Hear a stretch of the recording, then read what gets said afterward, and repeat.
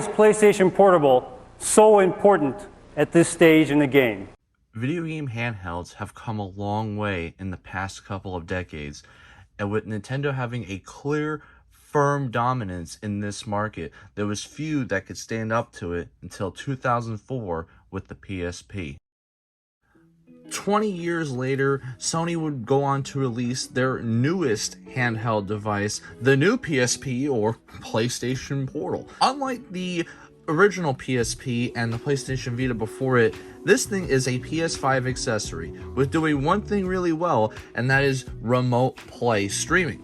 Now, I'll get into a little bit more details on it in a second, but first I just want to show what this thing actually looks like. The front here, we have a picture of the actual Portal device with Astro Boy on it, and on the back, we could see it with the PS5 and the tagline, "Put your PS5 in the palm of your hand," which basically tells you all you need to know about this thing. Opening this up,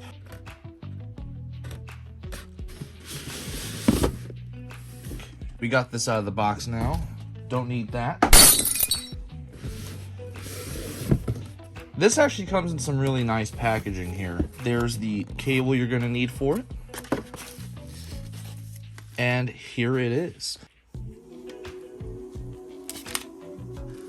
So when looking at this for the first time, it's very obviously noticeable that they basically took a Dualsense controller, split it in half, and slapped it on a really nice looking tablet, if I might say so myself. I think that's a good thing considering the fact that the Dualsense controller is a very nice, comfortable feeling controller. In turn, that makes this thing a very nice, comfortable feeling handheld.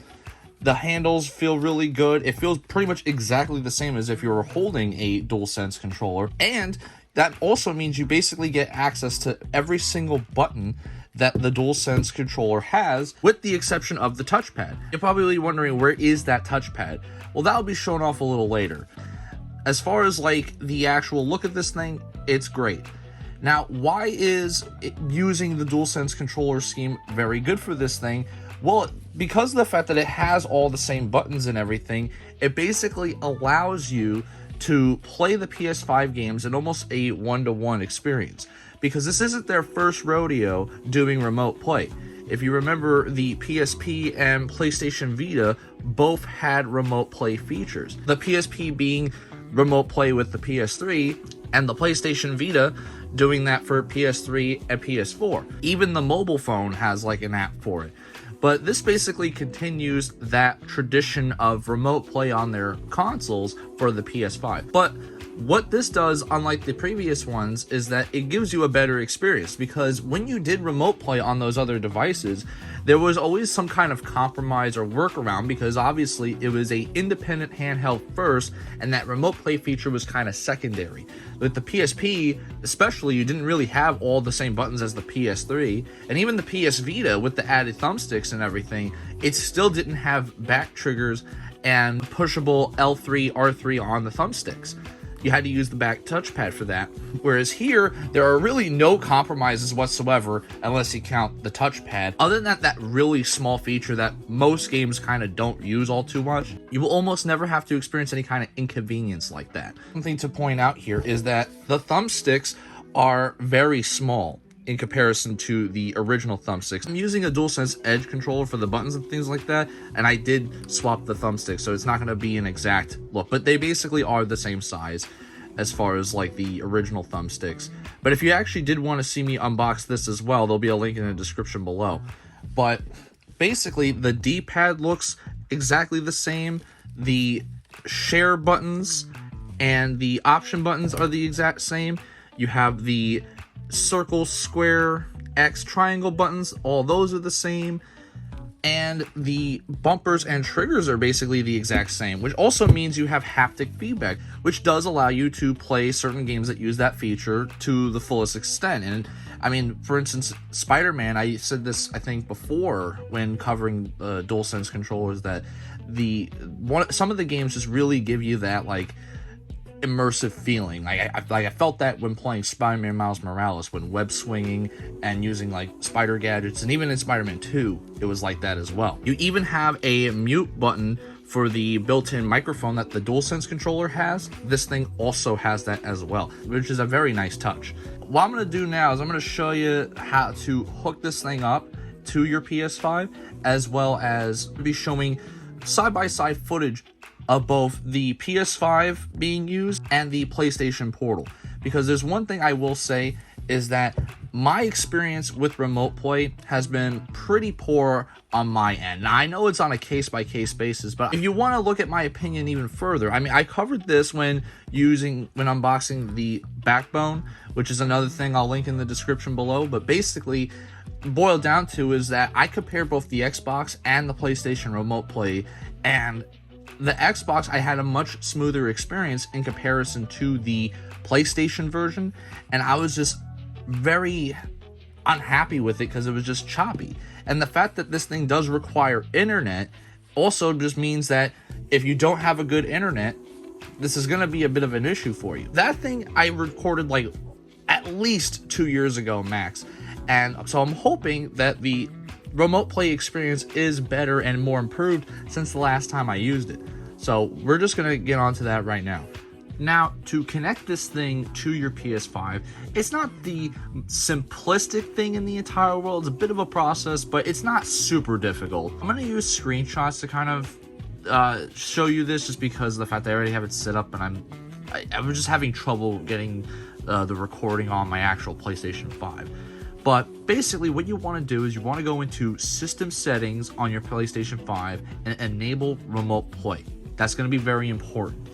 Then the next thing you want to do after that is go to your PlayStation Portal and turn it on, and you're going to see it's going to ask you to select the language that you want to use for the PlayStation Portal. Select the language that you prefer, and then it's going to ask you to enter your internet, like whatever your internet is, you put that in.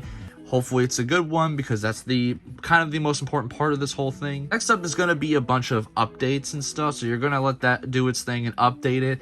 And once that's done, it'll ask you to sign into your PlayStation account. The rest is kind of simple from there. You don't really need much more explaining after that, because it's just boom, boom, boom, and you're signed in. It's good. It has a nice transition screen, but I don't want to show it just because I don't want to show my account. But, you know, it is cool when you see it. So it's kind of similar to the PlayStation 5, whereas like that one-time boot up, it's similar to that, and I really like that. So, showing the gameplay, right now I'm going to use footage from PS5 that I recorded separately, just to kind of show like a baseline of what I'm expecting. But this is how Spider-Man looks with me just playing on my PS5, playing on the Portal, of me doing the same thing. So basically, like from what I could tell playing with the PS Portal, this thing is way better looking than my previous attempts at doing remote play. I mean, for one, I don't see any stuttering, any kind of like frames lag, whatever you want to call it. This thing is not choppy whatsoever. This is a very smooth experience in comparison to me playing on the PlayStation Vita or PSP back in the day when doing remote play. Now, I know, like I said, some of you guys may have not had that issue when playing, and this is again not one-to-one perfect. It does depend on your internet for sure, but at least for me right now, I'm not seeing any issues whatsoever when playing with this thing. On top of the fact of all my other like positive things I said about the PlayStation Portal, of how it feels, and that how, like I said with the buttons, one-to-one experience with this thing, almost, except with the touchpad. This touchpad is somewhere here, and this is basically how it looks, and it is not the greatest. I'm not a big fan of having to touch it on the on the touch screen, but at least it's there. So I mean, that if that's the only compromise, it's whatever. I'm very shocked about how good this is. Like, it doesn't look any different in comparison to if I was to look at the same gameplay on my TV. It was very much you know, smooth as butter, as some may say. But now I just kind of want to move on to the pros and cons of buying the PlayStation Portal. So what are the pros and cons of buying this thing? Well, to start off with the good stuff, it is a very comfortable feeling handheld. So this thing is not going to cramp your hands whatsoever. This thing also has a really nice looking screen, as you can see. It's very crisp and really beautiful, if I'm going to be honest. The third thing is that all the buttons are there, so you're not having any compromises when playing this thing. And so long as you have a good internet connection, the gameplay, number 4, is very smooth. And so improved remote play experience it does well at what you mainly want to do with it, and that is playing your games, because at the end of the day, that's why you're buying this thing. So if you want to buy your games on this thing, or you want to play your games on this thing, I should say, then this is not a bad option for you. Cons or negatives about this thing, and you know, I thought I was going to have a little bit more to say about it as far as negatives, but these are really the big points. Number 1 is there's no internet browser on this thing. Now you might be asking, why is that a bad thing? Well, if you go to a public place like a park, a restaurant, a hotel, wherever there's public Wi-Fi, most of the time, at least for me, you go on to an internet browser, whatever website they want you to do to access their internet.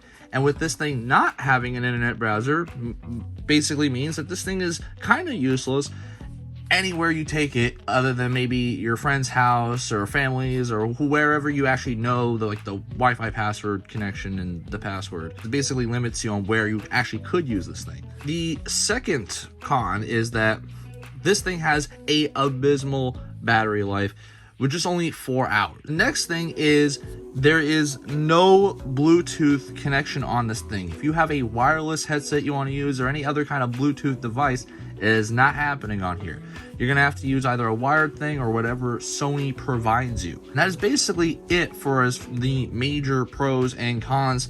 Well, as far as the cons go, I know some of you might be saying, well, hey, what about the price? Isn't $200 for essentially a PS5 accessory a bit much? Well, I'm not a big fan of the price. I don't know if it's necessarily a broad good or bad thing. Some of you might say the price is fine. Some of you might say the price is horrendous. I'm not a big fan of it. That one is kind of more up to you, the audience, if you guys want to say it's good or bad or not. That's why I didn't want to include it as a con, because I just didn't think it was that important in comparison to the other things. With that being said, if you enjoyed my video and like my other content, then a like and subscribe is always going to help out the channel. It is greatly appreciated, as well as just let me know what you guys think in the comments below about the PlayStation Portal. Is this thing really an awesome device that you would want to buy and pick up? Or quite simply, does this thing suck? Let me know in the comments below what you think about this thing. I've been Station X, and I hope you guys have a wonderful day. Baby, you give me eyes.